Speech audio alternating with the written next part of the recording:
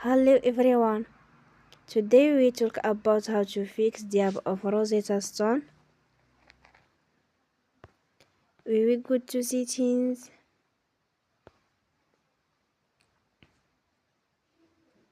Then we click on apps. After that we search the app Rosetta Stone.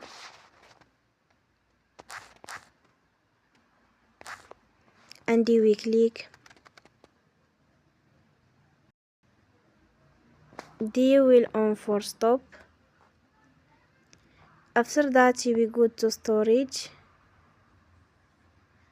Then we click on clear cache. Here we go to Play Store and you will update your app. Don't forget to support us by like and subscribe.